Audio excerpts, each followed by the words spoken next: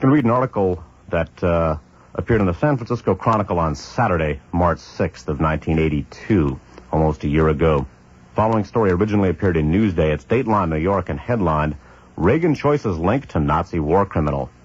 J. Peter Grace, the New York industrialist and philanthropist whom President Reagan appointed as chairman of a private sector task force that will try to improve government efficiency, has been the subject of controversy because of his relationship with a man convicted at Nuremberg of war crimes. The president, in announcing Grace's appointment, had praised him in a speech in Los Angeles Wednesday as an outstanding businessman whose new task force, the Private Sector Survey on Cost Control in the federal government, would leave no stone unturned in their search to root out inefficiencies and waste of taxpayers' dollars, unquote. Presidential spokesman Larry Speake said yesterday he did not know if the White House was aware of Grace's relationship with Dr. Otto Ambros, the convicted war criminal. Interrupting here, Ambros' last name's A-M-B-R-O-S, by the way. Continuing, Grace, 69, of Manhasset, New York, is chairman and chief executive officer of W.R. Grace & Company, an international chemical company. He said he also has business interests in oil, gas, coal, energy services, jewelry stores, restaurants, and other fields. His company spent an estimated $400,000 last year on newspaper ads promoting Reagan's tax cut proposal. In an interview Tuesday, Grace confirmed that his chemical company had for many years employed Ambros as a technical advisor, and that he had written a letter to the State Department to help Ambros obtain a visa in 1958 to visit the United States. Reviewing once again the relationship between J. Peter Grace and Otto Ambros. I'm going to read that section again. In an interview Tuesday, Grace confirmed that his chemical company had for many years employed Ambros as a technical advisor, and he had written a letter to the State Department to help Ambros obtain a visa in 1958 to visit the United States. I just don't see what that has to do with the price of eggs, Grace said. He called stories about his ties to Ambros a good way for enemies to get me, unquote. Grace said the White House has been told about the controversy. Ambros, in a telephone interview with Newsday last year from his home in Mannheim, West Germany, was asked about his activities during the war. This happened a very long time ago, he told Newsday correspondent Murray Waas, or Voss, W-A-A-S. It involved Jews. We do not think about it anymore. This is all boring to me, Ambros said in a subsequent interview. I know Americans are always disturbed about the past. I don't understand why. You Americans are funny. Ambros retired as a Grace consultant on December 31st, 1981. At the Nuremberg war trials, prosecutors presented evidence of Ambros's negotiations with SS officials to provide the huge I.G. Farben chemical plant with 200,000 slave laborers from the Auschwitz concentration camp. After the deal was set, Ambros wrote to a fellow director of Farben, quote, "Our new friendship with the SS shows gratifying effects," unquote. According to the prosecutors, because the Auschwitz camp was several miles from the rubber plant, Ambros ordered construction of another concentration camp, Monowitz, right next to the factory for greater efficiency. More than 25,000 slave laborers died at Monowitz and the rubber plant while Ambros was factory manager. Repeating that last sentence again. More than 25,000 slave laborers died at Monowitz and the rubber plant while Ambros was factory manager. Ambros was convicted of mass murder at Nuremberg and served several years of an 8-year prison sentence. To go on and give you a little more background on Dr. Otto Ambros. Dr. Otto Ambros was the individual who selected selected Auschwitz for I.G. Farben as the site for two industrial installations to be run by slave labor. Information about this was carried in a book called The Crime and Punishment of I.G. Farben. That book was authored by a man named Joseph Borken. Joseph Borken served on the antitrust division, the special warfare section of the antitrust division of the Department of Justice during World War II, which basically was entrusted with the job of attempting to break up and deal with the complex cartel system by which Nazi Germany acquired much of its war-making capacity. In this job, of course, Joseph Borken came across I.G. Farben and had to deal with it extensively. And his book about his exploits and about the I.G., this book, The Crime and Punishment of I.G. Farben, was published in 1978, and it was copyrighted 1978, I should say, published in paperback by Signet Books. Okay? Or by Pocket Books, rather, which is a division of Signet. So, Joseph Borken's Crime and Punishment of I.G. Farben, available in softcover by Pocket Books, copyright 1978. Dr. Otto Ambrose was selected by an IG official named Krauch, K-R-A-U-C-H, to survey a possible site for IG Farben's new industrial installations, which were to involve a synthetic rubber plant as well as a synthetic oil plant. And eventually, Otto Ambrose came to select Silesia, recommend to Krauch as Silesia, and specifically Auschwitz, as the site for these installations. Krauch accepted Ambrose's recommendations, and the Auschwitz concentration camp became the fount for labor for these installations, and thereby was formed an infamous relationship, one which was to go down in history. Joseph Borgen, on the crime and punishment of IG Farben, relates the story of how Otto Ambrose came to choose Auschwitz as the site for these camps. Krauch assigned Ambrose, one of IG's most talented Buna chemists, to survey Silesia. Ambrose was an unusual figure. He was the IG expert on both Buna being a form of synthetic rubber, and poison gas. Moreover, in 1932, he had conceived the underlying theories which ultimately led to the modern magnetic tape technology. Interrupting here, keep in mind the fact that Otto Ambrose was in charge of poison gas development for IG Farben. That places him right in the center of the extermination of European Jewry and other ethnic groups, as well as in the development of IG Farben's infamous slave labor installations at Auschwitz. Keep this in mind because we're going to talk about IG Farben and their poison gas a little later. In evaluating the Polish Silesian area, Ambrose made a personal and detailed exploration of the proposed sites. The one he finally recommended was particularly suited for the installation. A coal mine was nearby, and 3 rivers converged to provide a vital requirement, a large source of water. Keep in mind that coal mine. We're going to speculate about that in a second as well. Together with these 3 rivers, the Reich Railroad and the Autobahn afforded excellent transportation to and from the area. These were not decisive advantages, however, over the Norwegian site previously considered. But the Silesian location had one advantage that was overwhelming. The SS had plans to expand enormously a concentration camp nearby. The promise of an inexhaustible supply of slave labor was an attraction that could not be resisted. Krauch wholeheartedly accepted Silesia over Norway, where the population was already in ferment over the brutality of the German occupation. The historic nature of Krauch's choice could never have crossed his mind. The name of the Polish village he selected for the Buna site was Auschwitz. Once the project and site were formally approved by the Reich and the IG management, enthusiastic about expanding its operation, assigned the name IG Auschwitz to the new division, hereafter the official designation in IG's meticulously ordered table of corporate organization.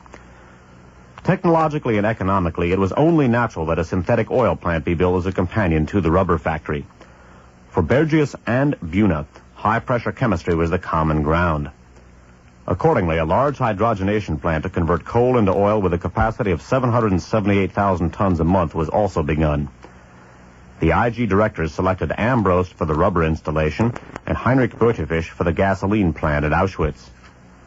For the 2 youngest members of the managing board of directors, both still under 40, these appointments represented an important step upward in the IG hierarchy.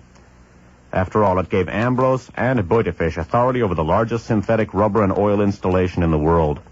With Hitler and IG marching together, the future appeared to be without limit. The possible rewards appeared boundless. Everything about the Auschwitz project indicated that it was heaven sent.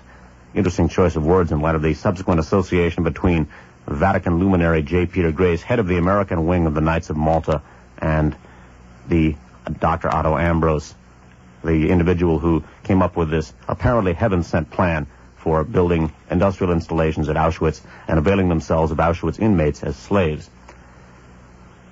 The story of the SS's slave labor pool is fairly well known. For the benefit of those of you who may not be too aware of just what the kinds of working conditions these slaves of the Reich were subjected to, I'm going to read a section here which describes the working conditions at the IG Auschwitz installations, which were the site for which were selected by Otto Ambrose, one of which, apparently, maybe perhaps 2 of which were personally managed by Otto Ambrose, both the Monowitz plant and the other rubber plant close to, I guess it was only one installation, that managed by Ambrose, and the oil plant was managed by Beutefisch. Anyway, Ambrose managed the rubber plant at which the following conditions were in evidence. And keep in mind that 25,000 inmates were worked to death, okay? About the conditions at IG Auschwitz, Borken writes, at times, the inmates were literally worked to death. It was no rare occurrence that detachments of 400 to 500 men brought back with them in the evening 5 to 20 corpses. The dead were brought to the place of roll call and were counted as being present. That, by the way, from the actual transcripts of the Nuremberg War Crimes Tribunal. 2 or 3 times a week, those who died on the site and those from whom all useful life had been extracted were piled on open platforms for all to see and trucked to Birkenau. For the inmate laborer, it was a useful reminder employed effectively by IG foremen and SS guards. The construction of IG Auschwitz has assured IG a unique place in business history. By adopting the theory and practice of Nazi morality, it was able to depart from the conventional economics of slavery in which slaves are traditionally treated as capital equipment to be maintained and serviced for optimum use and depreciated over a normal lifespan. Instead, IG reduced slave labor to a consumable raw material, a human ore from which the mineral of life was systematically extracted. When no usable energy remained, the living dross was shipped to the gassing chambers and cremation furnaces of the extermination center at Birkenau, where the SS recycled it into the German war economy. Gold teeth for the Reichsbank, hair for mattresses, and fat for soap. Even the moans of the doomed became a work incentive, exhorting the remaining inmates to greater effort. Almost reminds one of Reaganomics there, doesn't it? Anyway, keep in mind the kinds of conditions that prevailed at IG Auschwitz. Keep in mind the kind of conditions that prevailed under Dr. Otto Ambrose. And, of course, keep in mind Dr. Otto Ambrose's relationship with J. Peter Grace, with the Sovereign Military Order of Malta, by extension. That organization, the Knights of Malta, very much involved with W.R. Grace and Company, as we saw last week. Unfortunately, Dr. Otto Ambrose was not the only key IG Farben official who has come in contact with the Vatican and is working with the Vatican or Vatican-related elements. Another key IG Farben official, Dr. Hermann Abs, last name ABS, has also come up in connection with, his name has also come up in connection with the Vatican. Now, one of the subjects we've been discussing for a long time now on Hard Rain in connection with the tangle of events surrounding the shooting of the Pope is the collapse of the Banco Ambrosiano in Italy and the intersecting Propaganda Due scandal. Well, one of the international banking officials called in by Pope John Paul II to manage the messy Vatican financial situation was the aforementioned Hermann Abs, okay? And just what Hermann Abs was within the hierarchy of Third Reich industry we're going to talk about right here. The appointment by Hermann J. Abs to sort of oversee the Institute for Religious Works, the Vatican Bank, headed by the ill-starred Paul Marcinkus up until quite recently.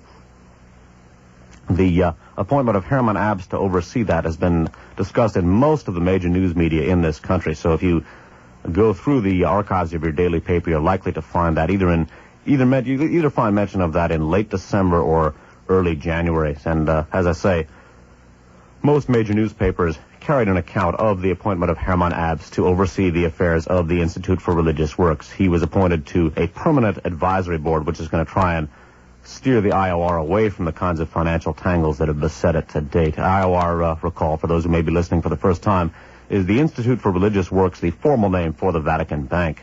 The Vatican Bank apparently guaranteed letters of patronage to the tune of $1.4 billion of loans that were made by Banco Ambrosiano to some very shady Latin American subsidiaries. Those loans fell through.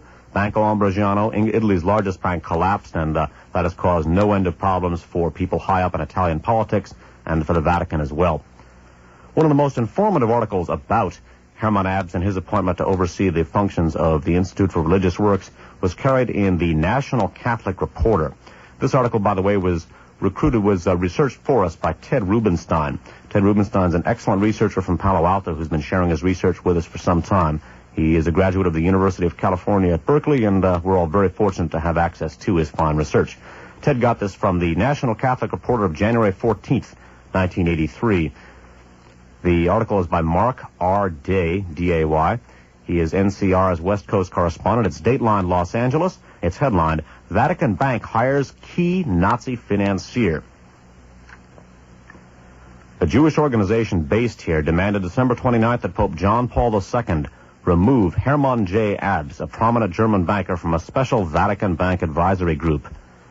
Rabbi Marvin Heyer, H-I-E-R, dean of the Simon Wiesenthal Center for Holocaust Studies, said his group had informed the Vatican 8 days earlier of their findings that Abs, 81, was highly involved in the activities of the Nazi war machine, unquote, and had demanded his immediate resignation from the Permanent Advisory Board of the Institute of Religious Works, or IOR. Monsignor Jorge Mejia, M-E-J-I-A, of the Vatican Secretariat for Promoting Christian Unity, contacted Rabbi Heyer January 5th, telling him that the Vatican was undertaking a full investigation of the Abs appointment.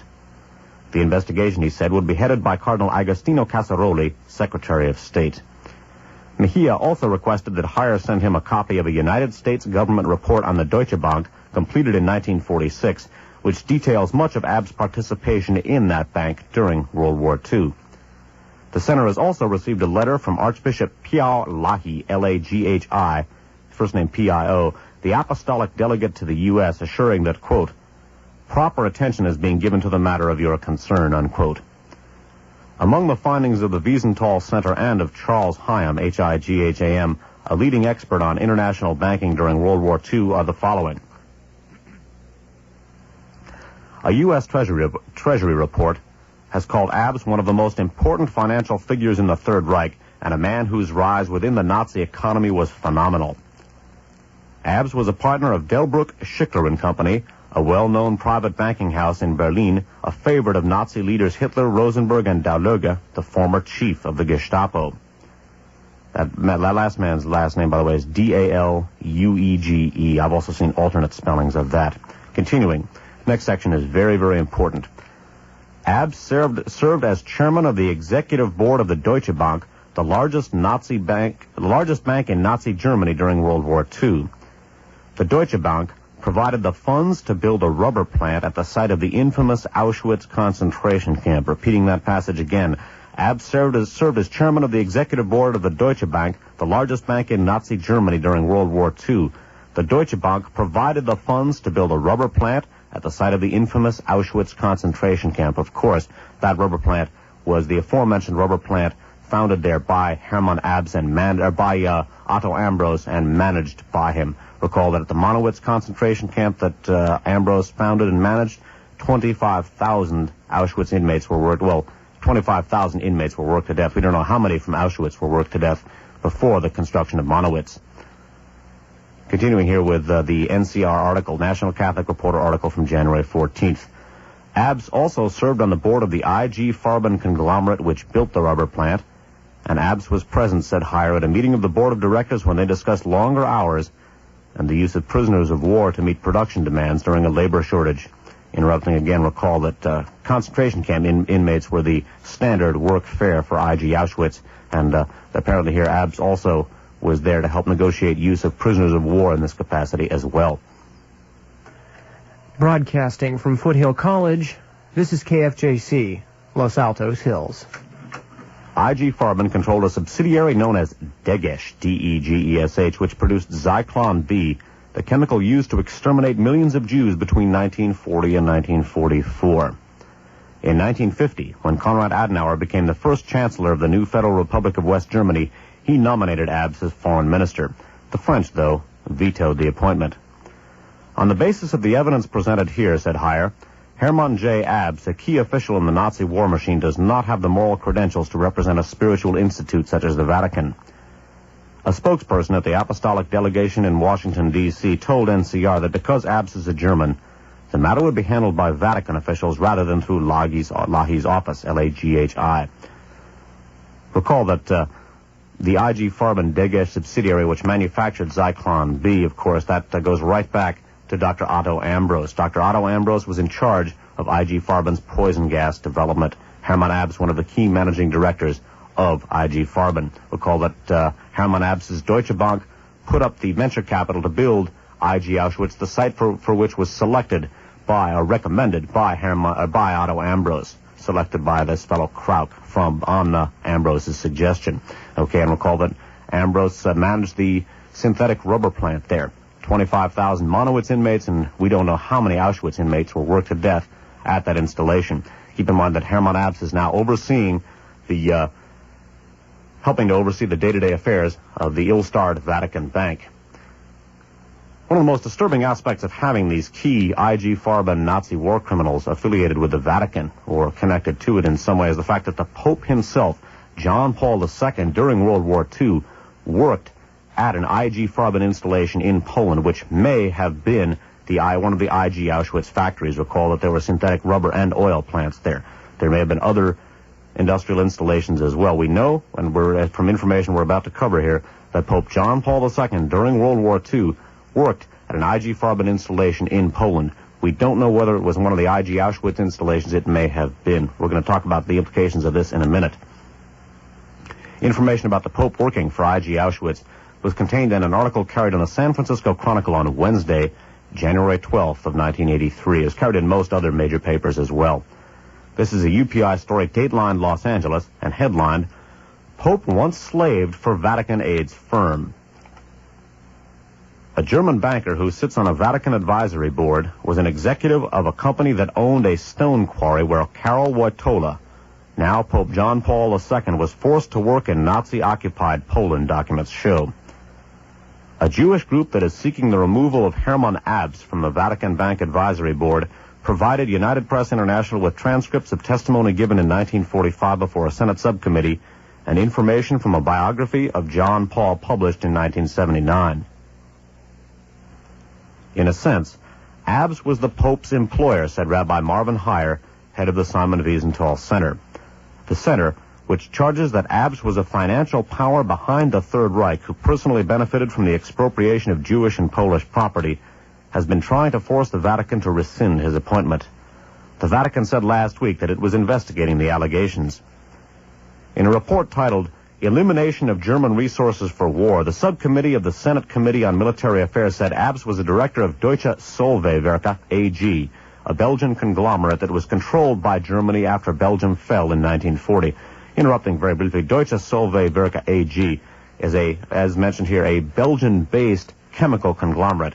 As the Third Reich expanded, as Hitler conquered Europe, all of the chemical companies in Europe were grafted onto IG Farben, which itself a cartel grew and grew and grew, so that eventually IG Farben ran all of the petrochemical industry on continental Europe. They had a total monopoly on the petrochemical industry, so that the Deutsche Solvaywerk would have been grafted onto them after the Nazi conquest of Belgium.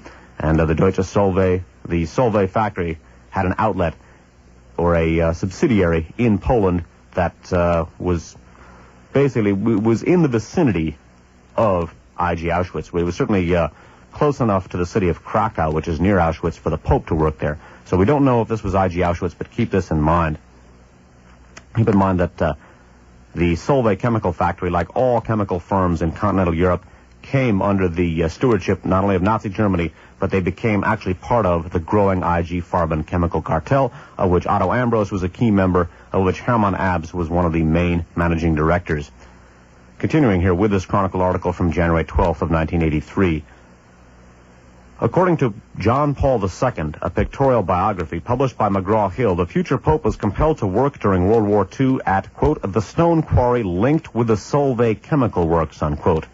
Now recall that there was a coal mine, which was one of the key aspects of, one of the key factors that caused Otto Ambros to select Auschwitz as the site for the synthetic rubber and also the oil and chemical plant, synthetic oil plant at Auschwitz. We don't know whether the coal mine is we don't know whether the stone quarry and the coal mine are one and the same, whether they're two separate installations here, but keep that in mind.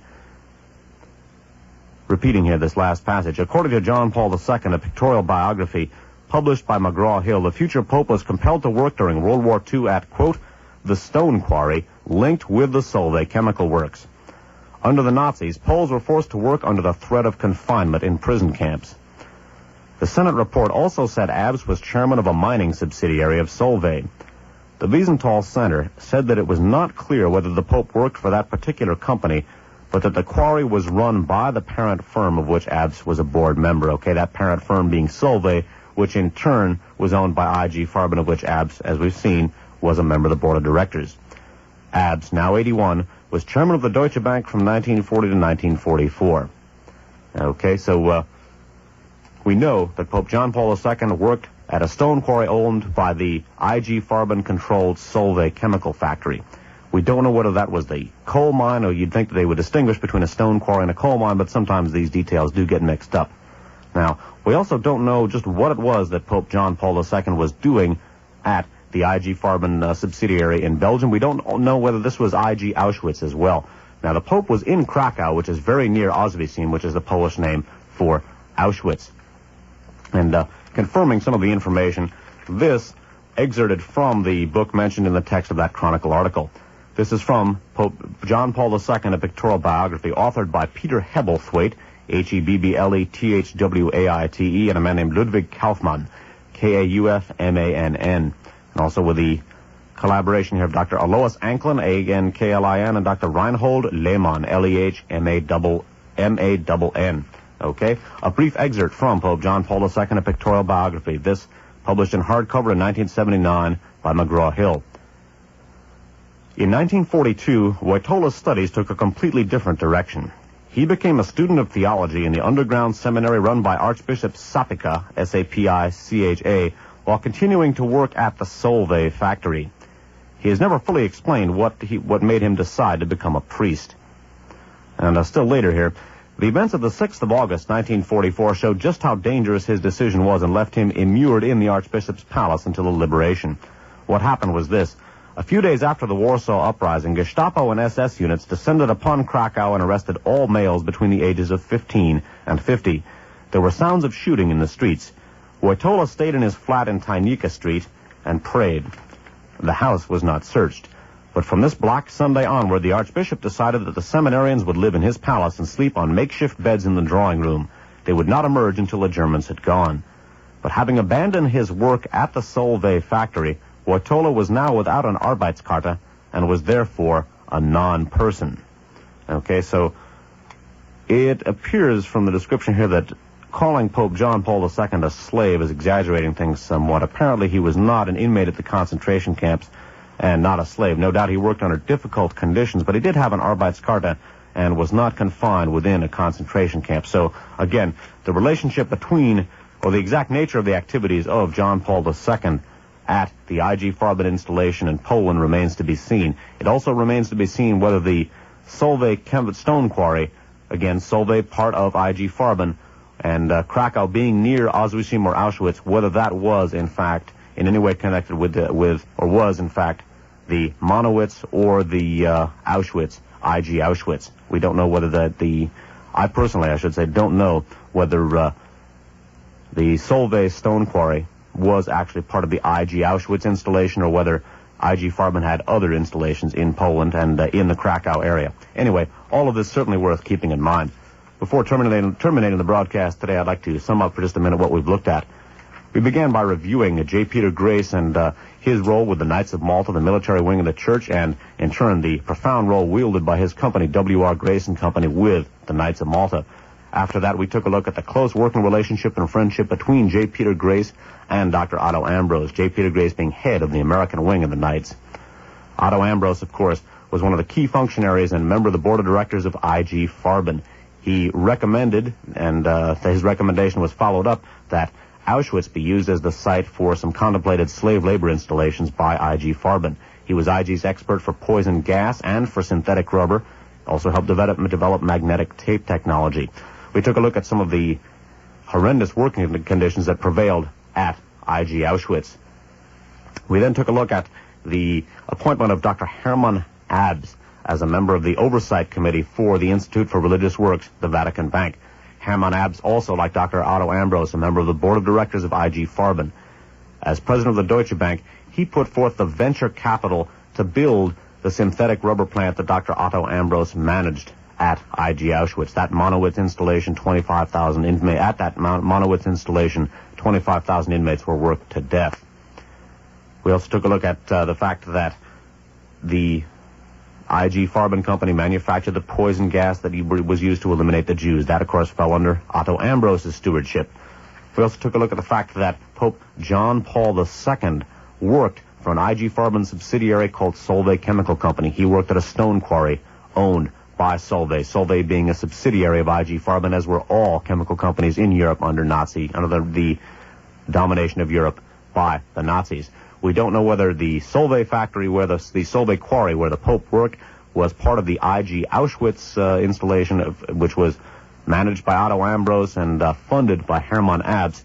But since Krakow is in the Auschwitz or Auschwitz area, certainly it is, as I say so often on this broadcast, food for thought, grounds for further research. And we also took a look at the fact that Pope John Paul II eventually, according to the account in McGraw-Hill biography, went underground and thereby lost his working card. We know that he was not a slave, at least not in the sense of most of the inmates from those concentration camps. He was not himself an inmate in those concentration camps. So just what the relationship was between him and Solvay Chemical Factory, we don't know. And certainly it's worth looking into in light of the intimate involvement of or the strong connections between two key Nazi war criminals and IG Farben functionaries and the Vatican. This winds things up for me today. My name is Dave Emory. Thanks so much for listening. And that was, again, a Hard Rain tape from 1983 featuring the same Dave Emory, who is here in the flesh with me, Nip Tuck, tonight in the studios of KFJC as we just about wrap up the information portion of our broadcast. We do have one last article to read, and then it looks like we're going to have a good 45 minutes or so for phone calls. So those of you who are hardy of spirit and intestinally fortitudinous enough to have stuck with us to the bitter end here, or who have tuned in partway through, or been drinking coffee, or whatever your choice of stimulants, we welcome your phone calls. But first we're going to finish up here with the last section. You will remember early on in the broadcast, which is quite a while back now, we talked about some of the involvement of the Catholic Church in the events in what was being called at the time the sovereign state of Croatia, the fascist state of Croatia, but was in fact what it was before and after World War II known as Yugoslavia, when the Croatian Ustasha, the native fascist Croatians, took over Yugoslavia, proclaimed the state of Croatia, and began to systematically destroy primarily the Serbs, the Serbians, who are one of the other, along with the Montenegrins and I believe the Bosnians and the Herzegovinans, who are the nationalities that had made up Yugoslavia when it was cobbled together after World War I. And the Serbs and the Croatians have long been enemies. The Croatians are Catholics, the Serbians are Eastern Orthodox, and the Croatians began to systematically destroy the Serbs. And we quoted one man as saying that what needed to be done was to kill a third of the Serbs, expel a third of the Serbs, and force the other third into Catholicism, and thereby make Croatia entirely Catholic in 10 years. Well, they went a long way towards doing that. We talked about the absolutely hideous acts perpetrated on Serbs, Gypsies, Jews, and others by the Croatian fascists, by the Ustasha, under the government of Ante Pavelic.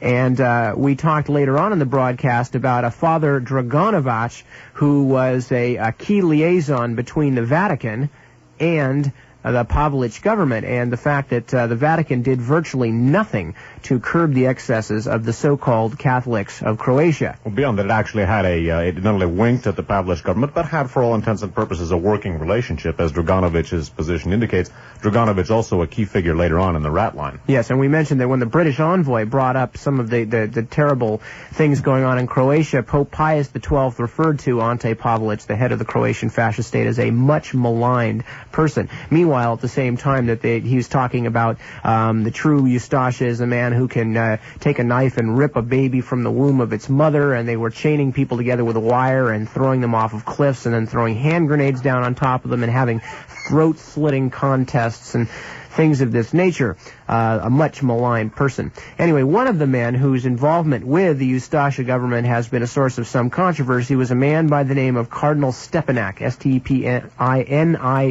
Let me try that again. S-T-E-P-I-N-A-C, Cardinal Stepinac. We talked about him. He was, I believe at the time, the highest-ranking Catholic in Croatia. He was also a member of the Croatian Church, right? Head of the Croatian Church, and also a member of the Ustasha government. Mm-hmm. And basically, he, that is to say, Stepinac was interned as a war criminal by the Yugoslavian government after World War II, and his internment and alleged martyrdom, alleged at least by the Ustashi sympathizers, has been a subject of considerable controversy. Now, we took a look at the curious fact that Pope John Paul II appears to have worked at Auschwitz or another IG Farben facility. Despite that, he selected a man, Hermann Abs, who had basically put forth a venture capital to build the slave labor camps to help straighten out the Vatican financial scandals, which we'll be talking about next week. This very same Pope John Paul II, and you can ask yourselves whether or not a man who was a slave would have hired the person who enslaved him to straighten out his financial affairs. That's a question we'll look at next week. Beyond that, this very same Pope has proposed a visit to Yugoslavia. However, the permission has yet to be granted him because he wants to pray at the grave of Archbishop Stepanak, something the Yugoslavians are not crazy about.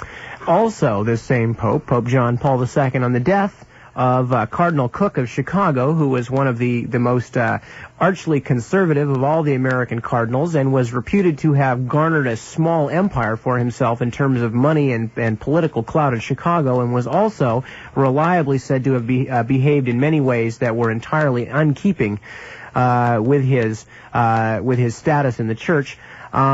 When Cardinal Cook died, he was replaced at the behest of John Paul II with a man named Cardinal Joseph Bernardin, Bernardin, who is currently the cardinal for Chicago.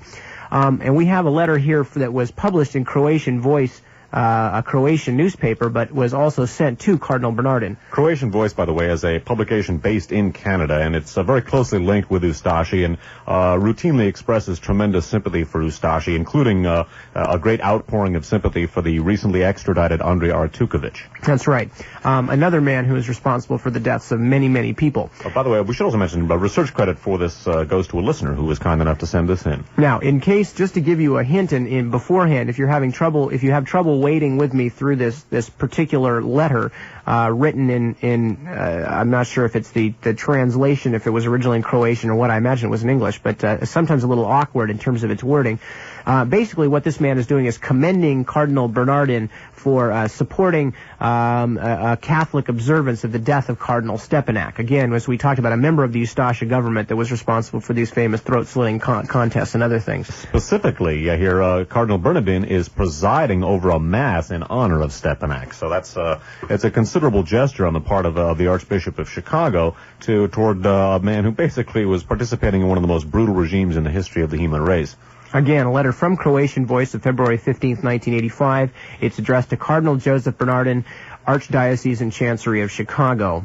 Your Eminence, we are thrilled to learn from the Croatian Catholic Culture Link, Inc., that you are presiding at the Holy Eucharist on Sunday, February 10th at 3 p.m. at the 25th anniversary of the martyrdom of our beloved Cardinal Stepanak. May I take the liberty to mention my small involvement in the sequence of tragic events. I was fortunate to be with Cardinal Spellman in New York at the time of the arrest of Archbishop Stepanak. Parenthetically, I would insert that the arrest of Cardinal Stepanak did not take place, of Archbishop Stepanak did not take place in New York, but in Yugoslavia. I personally witnessed to Cardinal Spellman the heroic stand that the Archbishop Stepanak took at the entrance to the Zagreb Cathedral in 1941, when he greeted civilian representatives of the state of Croatia and Hitler's envoy, Siegfried von Kascha, with the words, quote, "I invite you to enter this temple of God where there are no differences in races or color," unquote. This caused turmoil and reluctance of the German representative to enter the Croatian cathedral, but finally he did. Cardinal Spellman, 3 months after the arrest, named the Catholic school at White Plains Archbishop Stepanak. I used to visit Cardinal Spellman periodically, as he was very close to Pope Pius XII, whom I saw many times during the war. Pope Pius XII was interested in the Croatian nation and the martyrdom of hundreds of clergy who were persecuted and killed after the arrival of the communists. Recall in the section of the Nazi legacy that we read, many of these clergy were not only, in one case, one of them was head of the Jasenovac concentration camp, one of the most brutal in all of Europe, but many of them were active and apparently hardy participants in the Croatian Ustashi atrocities. Again, they mentioned scores of people forcibly converted at gunpoint to Catholicism with the priest standing on and then dragged out and shot anyway. The letter writer continues, Cardinal Spellman introduced me to one of his assistants, Monsignor Ivan Illich, a most interesting philosopher and a rebellious theologian. I knew Ivan Illich as a schoolboy in Split, Dalmatia, Croatia, and I kept in touch with him for years of his life in Mexico. I saw him last 8 years ago in Vancouver for lunch. Cardinal Spellman was willing to have a special service for Cardinal Stepanak at the Eucharistic Congress in Munich in 1960, which I also attended. But the German hierarchy was considering it dangerous in the face of attendance from Poland and Eastern Europe. In conclusion, Your Eminence, I would like to bring to your attention a very serious and important thought. And then he quotes, but I have a feeling it's his own thought. Quote, for 25 years, Cardinal Stepanak's death was celebrated in Croatian churches all over the world. But, Your Eminence, that should have been celebrated in all the cathedrals of the Christian world. We try in vain to prevail that the martyrdom of this man, through his unswerving stand for the rights of religion against the force of atheism, is the martyrdom of the universal Catholic faith and not only the Croatian nation. However, very few cathedrals in the Western world held services to honor him, unquote. This is why, on behalf of our 20 organizations in Canada and 5,000 members, I extend to you our deep and profound thanks for attending this event, so important in the history of the Croatian nation, and to all the Christian and civilized world. I remain, sir, your most obedient servant, Mladen G. Zorkin. Well, again, as Dave pointed out, there is a certain irony in Pope Pius XII being interested in the martyrdom of hundreds of clergy persecuted and killed after the arrival of the communists. Again, this is the same Pius XII who in the Nazi legacy was described as basically standing around saying nothing while these same clergy were running concentration camps like Jasenovac, helping to forcibly convert hundreds and thousands of Serbs to Catholicism, and many of them being killed anyway. In many cases actually participating, according to that book, in these various atrocities themselves. And Pius could only call Ante Pavelic, the dictator of Ustaša, Croatia, a, quote, much maligned person, but yet managed to find it in himself to be interested in the martyrdom of hundreds of clergy persecuted and killed after the arrival of the communists, some of whom perhaps were not as innocent as could be. Of course. Now, again, this is the same man who's, we're not even going to take time to review it, but whose links and cooperation with fascism date back to 1919 when he gave church funds to Hitler to, quote, quell the devil's works. And make of that what you will in light of the information we've presented. Absolutely. And remember one last thing, though, while we're talking about the enigma of John Paul II, because, again, the farther we get into this, you'll see that John Paul II becomes, as once was said, a riddle wrapped inside of an enigma. His position in this whole thing is very unclear. On one hand, we will be developing information later in the show that suggests his overtures to the Eastern Bloc may have been one of the reasons that he was shot.